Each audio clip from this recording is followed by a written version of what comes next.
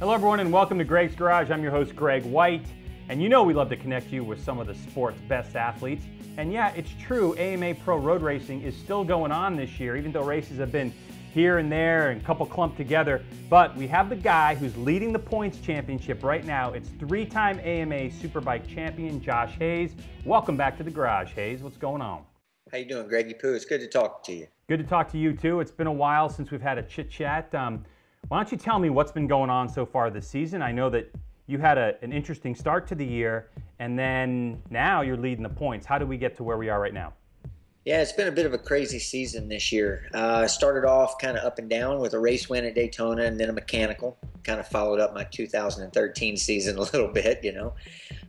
We went to the next races and some good races with my teammate Cameron Beaubier, who's showing some good speed. And that was after, of course, doing the Superbike shootout season, so he had a little more time on the bike. From then on, you know, it's gone pretty good. But I tell you what, the big turnaround was Barber. We went to Barber back down in Birmingham in June. It was extremely hot. New front tire this year for everybody, and I think the other guys struggled with it a little more than I did in the hot, greasy conditions. So I managed to get through with a little bit of experience maybe on them. Huh? Maybe. Yeah. A little bit. You got a few years under you. So I managed to get through that, and the biggest swing I've ever seen in a championship chase. So I went from being a little bit down in the points but close, you know, and Roger's still in there for consistency too, to having a huge lead. Went to Laguna Seca for the World Superbike weekend, was able to extend that lead a little bit.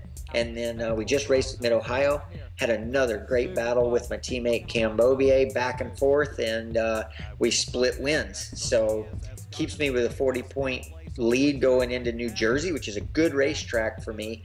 In 5 years, 10 races. I think I've crossed the finish line 9 times first at that racetrack. And you know, if Cameron were to win on Saturday, if I can manage to get on the podium, championship's done. Would be nice to get that done on the first day and be able to just race, not thinking about that on Sunday in front of my family and friends who come out and see it. Let's backtrack to MidOhio race number 2. Now I watched the race.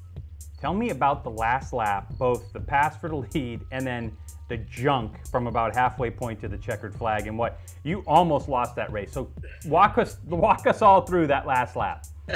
You know, it was probably the ugliest half of a lap I've ever ridden a motorcycle. I feel like I don't think I've ridden that bad since my Ware novice days. 20 years ago, by the way, 20 years ago. I just wanted to let you know that. Yeah. You know, there's something to be said for winning pretty, but sometimes winning ugly is okay too, as long as it's winning. So, what does an ugly half lap look like to you? I mean, obviously, you know, even ugly to you is 99.9% faster than anyone else in the world. So what does ugly to you mean? You know, the whole last lap was actually quite a surprise. The races were shorter than typical distance. I was behind Cam, kind of thinking about how I would handle the last part of the race. I hadn't seen the halfway flags. I had just missed it. So when the white flag came out, I was completely caught off guard. I had no idea that it was the last lap of the race. I hadn't been seeing that on the pit board, really paying attention to laps left. So all of a sudden there was a little bit of panic within me to figure out what was I going to do. I knew I had the move in turn 8 that I had tried in the previous race, in race 1. And I knew that even if he felt like he blocked it with his lines, he was still going to leave me a room where I felt confident I could run it up in there. So I was able to get that pass completed, get in front of Cam, and at that point I knew it was very difficult to pass back before the end of the race. But I still knew where he was strong and where he wasn't. So from that point, I got through into the area they call Thunder Alley, and I knew that his acceleration was pretty good in there, better than mine. And I made a big run at the top of the hill after Thunder Alley, and I actually pointed myself into the apex really early and just overshot that by a mile. I think I went past the apex, still sideways on the brakes, trying to get slowed down. So then I felt like I was behind, and I gave him another chance. So I go charging into the last turn a little too hard. I managed to gather everything back together, but when I went to tighten up my line and give it a little bit of gas to finish off that carousel, the last right-hander, the front tire just went straight. It just didn't turn anymore. And so I found myself way offline again and pointed in the wrong direction for the last left-hander. I just tried to get through it the best I could, and I never even upshifted. I just held second gear till I hit the limiter right at the finish line, and just hoping I beat him to the line. I saw him coming up alongside me, next to me. When we got to the line, it was really hard to determine who had won the race. And I think on the cool-off lap, after we went through turn one, I told him, I said, I think you got it, you know, because I didn't want to be disappointed if I thought I did win it and got back to the podium to find out I didn't. So I'd rather it go the other way. Maybe I'll use that as a little mind game on him. Like, here you go, take that, buddy. You won. Oh, no, you didn't. Sorry. Nice. A little bit of insight into the mind games. Racers, always the same.